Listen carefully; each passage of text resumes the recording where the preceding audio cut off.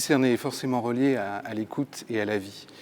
On ne peut que discerner son chemin que si on a écouté la parole de Dieu pour un chrétien et si on l'a confronté à sa vie. Et justement, pour pouvoir discerner, ce mot est important, c'est de découvrir dans sa vie ce qui, de la parole de Dieu, vient rejoindre ma propre expérience, ce qui m'interpelle, ce qui jaillit au fond de moi comme une question à partir du moment où j'écoute. Au FRAT, nous parlons avec les jeunes de l'appel basique qui est celui de la vie. Je donne un exemple. Si nous disons « aimez-vous les uns les autres », c'est un appel du Christ, c'est même un commandement.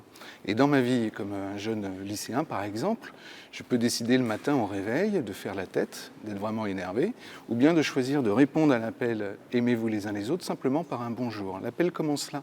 Faut-il avoir discerné que cet appel est pour moi et qu'il est pour les autres, et qu'il vient donc rejoindre ma propre expérience.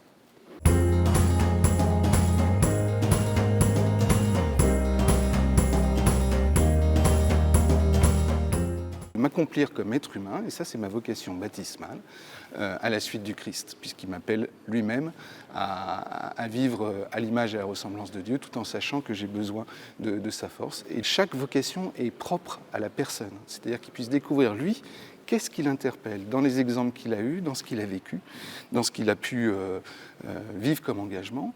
Et là, les engagements peuvent être multiples, ils peuvent être sur du court terme.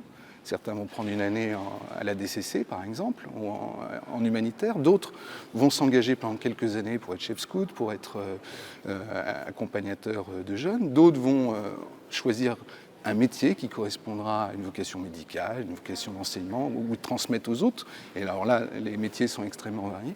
D'autres encore vont avoir le désir de consacrer leur vie, soit à la prière, soit à l'annonce même de ce qu'ils ont reçu, pour que les autres puissent en profiter, en dispensant les sacrements, en priant, en devenant consacrés, religieux, religieuses, prêtres.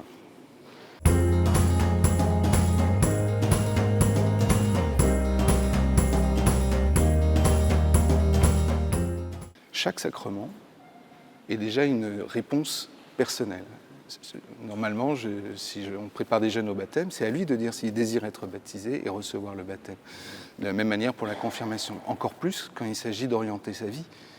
On ne peut pas faire de grands appels généraux pour tous les jeunes. C'est bien par rapport à ce qu'il a pu découvrir, lui, de son histoire, des témoins qu'il a entendus, de la vie des saints, de ce qu'il a envie de vivre.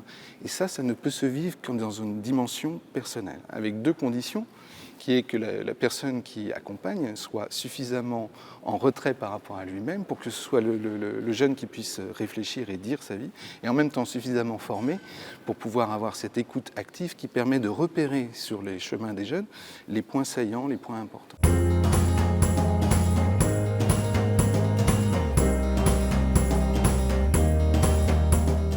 Alors Seigneur, je te confie tous ceux qui cherchent aujourd'hui quelle est leur place dans le monde, quelle est leur orientation, quel est le choix qu'ils ont à faire dans leur vie, qu'ils puissent, en écoutant, en contemplant, découvrir qu'ils ont une capacité dans ce monde parce qu'ils sont aimés et qu'ils sont sauvés, et du coup choisir leur propre vie, leur propre vocation, trouver leur place à la suite du Christ.